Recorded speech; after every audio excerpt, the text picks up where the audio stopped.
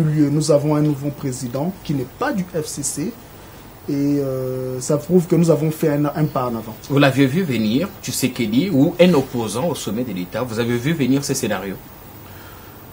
C'est vrai que jusqu'en dernière minute, j'étais sceptique. Je ne pensais pas que le FCC allait lâcher.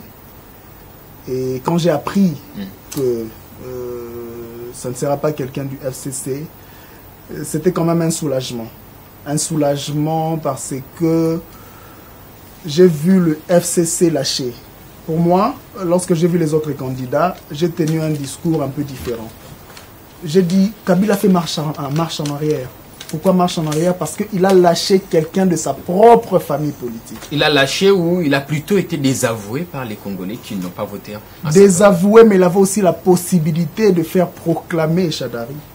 Il avait encore cette possibilité-là. C'était lui le président de la République. Comme pour dire que la CENI était sous ses ordres. Il n'y a pas eu de transparence.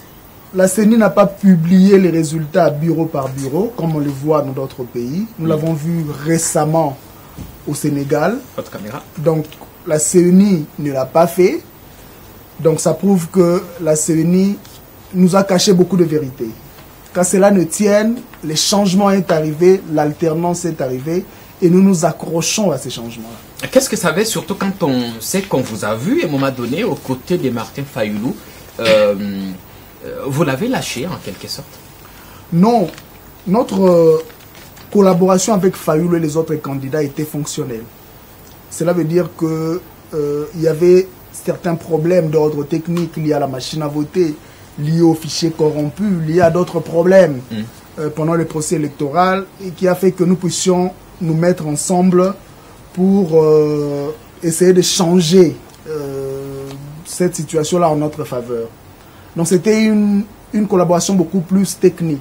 Il n'y avait pas de désistement. Vous étiez dans la logique des élections sans machine à voter? On était dans cette logique-là, parce qu'il n'y a pas eu de transparence. La CENI, malgré notre bonne foi, notre bonne volonté, ne nous a pas permis d'entrer dans les détails du fonctionnement de la machine. Alors l'opacité crée toujours des suspicions. Parce que lors de ma première déclaration, le jour de la présentation de mon projet de société, j'avais soutenu l'utilisation de la machine en tant que jeune, en tant qu'amoureux de la technologie. Mais lorsque nous avons cherché à entrer dans les détails, la CENI a fait tomber son rideau de fer qui ne nous a pas permis d'en découvrir plus. Alors nous nous sommes rangés contre la machine à cause de ces suspicions-là. Et quand Fayulu change, vous changez aussi automatiquement? On n'a pas changé. Pour moi, c'était une trahison de sa part. Il a trahi Martin Fayulu? Je pense qu'il nous a trahis. Il a trahi les autres candidats, ça je dois le dire. J'ai beaucoup de respect pour la personne. Je continue à le soutenir dans certaines de mes déclarations. Mais cet acte-là était un acte de trahison pour moi. Parce qu'on s'était dit, on ira sans la machine. On va combattre l'utilisation de la machine. Et en dernière minute, avec un scénario, à mon avis, très moins cher, il a changé de discours. Il n'est jamais revenu pour s'expliquer sur le pourquoi du changement de son discours? J'ai eu l'occasion de le rencontrer à plusieurs reprises après les élections. On n'a pas abordé ces sujets-là parce qu'on espérait que l'opposition allait gagner. On s'est focalisé sur cela.